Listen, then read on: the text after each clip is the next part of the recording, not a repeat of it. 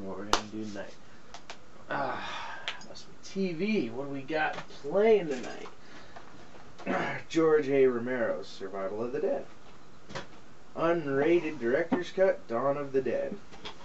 King Kong, Godzilla, Resident Evil. Survivalists and Monsters. When I think of survivalists and monsters, I kind of think Tremors. The fuck is... Well, as I was saying, you know, that's always a good idea. That's the first thing that comes to my mind. Maybe tonight we could watch Tremors. Did somebody say Tremors? Where'd you come from? This is my dojo. Where did you come from? That's the true question. I was invited. Oh yeah, that's right. I did invite you over. You know, when I think of Tremors, I think of the original 4 movies and the TV series. I mean, honestly, these 4 movies and the TV series is nostalgia. It's a good series. How about you, man? Yeah, I pretty much prefer the first originals, but you know, you're kind of missing one in that set. What are you talking about, dude? I have 1, 2, 3, and the 4th one. That's technically a prequel. So, which one am I missing? Tremors 5. Excuse me, what now?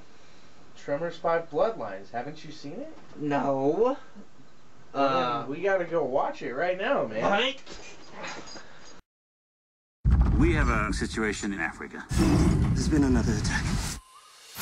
You've got bad boys. Worms sure as hell ain't Mickey Mouse. From Universal Pictures comes the next chapter in the Tremors saga.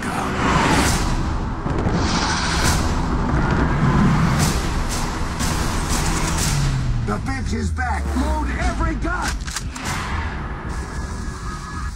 Come to Africa. We'll have some laughs, see some games. Tremors 5, Bloodlines. Own it on Blu-ray, DVD, and digital HD. I think you'll find this useful. Where'd you get this? You don't want to know. I like your style.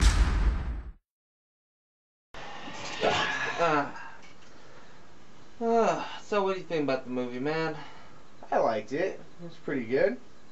Shall we review it for the fans? Let's. Okay. So, you want to start us off today? Well, with any good review of a movie that's been in a series, I think the first thing that we need to focus on is what was the nostalgia factor like? Oh, the nostalgia factor. There was a nostalgia factor in that movie? Seemed pretty lacking, didn't it? Kinda. I mean, the only thing... There was a couple throwback jokes with the cattle and... The Stampede with Earl. Right. And then, the only recognizable character from this series is Bolt Gummel. But... Not to mention that the creatures themselves don't really look anything like their original counterparts do. I know. That was a disappointment to me. I mean, I was all excited to see a new Tremor movie, but a brand new looking subspecies? I mean, well, not really subspecies. What would you probably call it? Differently advanced for a different hemisphere? Maybe, or different evolution state. Exactly, yeah, something. Let's go Darwin on us. Pretty much. And as far as the movie's nostalgia factor goes, there's maybe like a one-liner zinger in there that's kind of a throwback, and maybe a mention or two along the way, but at least in the nostalgia factor, it seemed a little bit lacking. Yeah, we're just lacking. That's the sad part. Oh well, there's always more stuff to review about it. Right, so true. So, what do you think about the new designs about the Ass Blaster and Graboid? I don't know, like the movie said it was kind of more efficient, but I feel like we were kind of lacking on the whole nostalgic design that they originally had. Why? I mean, the beaks is a classic design. I mean, just give them rows and rows of sharp teeth. It didn't feel like it was a Graboid or an Ass Blaster. It just felt like a whole new creature.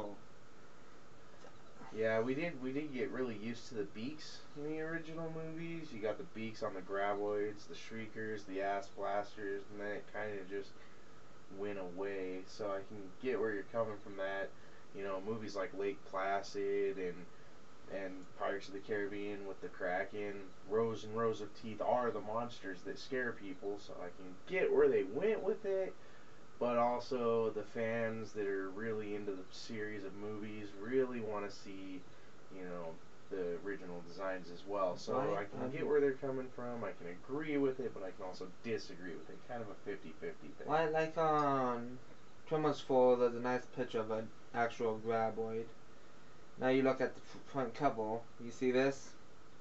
Just imagine this with more teeth. You got the new designs. Pretty much. But honestly, one thing I didn't like was there was no shriekers in this movie. It just had graboids, then ash blasters, and the graboids' tongues were coming out of the mouth. That was different, kind of a shock value, I guess. They do, in Tremors, they do, you know, Tremors 1, graboids are new. Tremors 2, shriekers are new. Tremors 3, ass blasters are new. Tremors 4 is the prequel where the babies, the dirt dragons, are new. And so in 5, it's not too much of a shock that they do new things, but leaving one of the evolutionary steps out, not explaining why they left it out, feels like it's lacking information. Was it because it was evolutionary and they didn't need the shrieker? Or was it because they just didn't want to really focus on it, or they forgot to? That doesn't really say anything. Right. Lacking on information in that one. Right? So, what did you also think about those creatures? The whole, in the first movie, the creatures are totally subterranean, as they said. So for the tentacles and the tongues to just detach and go around on the surface doesn't make it totally subterranean. I mean, I get the more efficient thing going on that they wanted to do, but what made a graboid is it was really just, you know, until it comes up to get you, it's underground. Right. So this... And speaking about supposed to be a lot better, it seems they seem a little more stupider than the North American counterparts because Stupider, huh? yeah, I mean it just doesn't seem like they have a strong learning curve. I mean, if you're looking out through the entire series, the graboid always learns, it evolves mentally. Yeah, Bert and everyone's always commenting. The sons of bitches are always on a learning curve. Uh, I see it throughout all the other movies, and it seemed like it was kind of lacking in this movie Why? because, yeah, it didn't seem like they got smarter, and for their evolutionary advancement, seemed like they were, with how difficult it was to kill the original creatures, and then these ones are supposed to be advanced, and we have even less guns to work with, they still killed them Right? pretty quickly. I and mean, they easily. killed one of the ass blasters with a bow and arrow. Of all things. Right? It's like, shit. Hunger Games over here. Ass Blaster edition. Yeah, it seems like it was really lacking in that aspect, and Right. you know, It just, personally, I also feel like it was lacking in another thing. what's that? Critical need to know information. Yeah, Bert did say it best. Yeah. Alright, so all in all, how enjoyable was the movie? Honestly, the movie itself, I was all excited, like, hey, new Tremors movie. Sweet, haven't had one of those in a good long time. So when was the last one came out? Technically 4 would have been, what was it, 2004? Right? It's been about 10 years since the last one, give or take. So, yeah, honestly, I was excited for this because I grew up watching Tremors. But now, this new one, Bloodlines, I like the idea of subspecies Tremor, different branches of the Tremors family tree, I guess. But if I want to see Tremors, I want to see graboids running around. Not some hybrid or cousin. We do want the nostalgia. The writers did want to bring in something new like they do in every movie, but what it seemed like they were really doing with this is kind of writing it around a budget. Less guns, less explosion, more CGI, less well-known actors. It just seemed like they kind of wrote it around a budget, which you really shouldn't do with a movie. You should write it and then try to get the best budget you can in order to do those things, and then maybe take out a thing or two along the way if you can't really afford to do it. Not write a movie around a budget. I mean, speaking about taking out things or two, I mean, if you took away the name Tremors and get rid of Bulk Gummo, you could have marketed this as any other B movie, monster movie, but since it has those two things in it, honestly, it wasn't that bad. Even if it was standalone. Well, that's because there's a lot of different things involving the movie, which, you know, it comes to, like, the cast as well. What did we really think of the cast? The cast? Well, honestly, Bulk Gummo, he's always gonna be he's always gonna be bored, but the other ones, it was really not that bad. I mean, the cast, but they ain't really that memorable in my opinion. Yeah, you get a couple of people. The helicopter pilot kind of sticks out to you a little bit. Oh God, I almost forgot about him. Yeah, I think that Bert really enjoyed sharing his special moment of being eaten by a graboid with another man. Seemed a little bit too happy about that, maybe. Well, you know, man, there comes a time in a man's life he has to share something special. I know. Hey, get back here! Eat the worm. Eat it. Eat it. African tradition.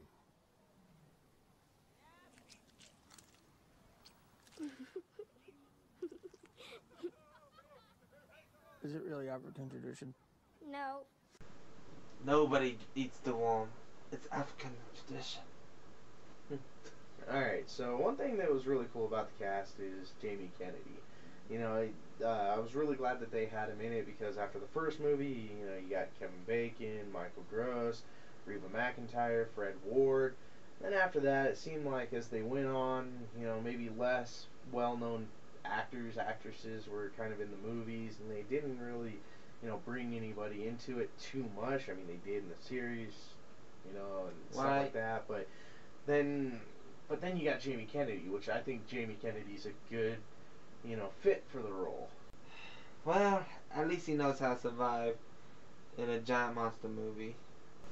I mean, honestly, there are some certain rules you need to know before you try to survive this stuff. Rules? Yeah, rules. Tell them, boys. There are certain rules that one must abide by in order to successfully survive a horror movie. For instance, number 1, you gotta be quick. Okay? Number 2, don't fall down. And number 3, whatever you do, never look back. And you end up dead. Okay, I'll see you in the kitchen with a knife. So, how would you rate this movie in your final thoughts? Personally, I would rate Tremors 5 Bloodlines at about a 6 out of 10. And the reason why is I really like the movie. I like Tremors. I might be biased because of that.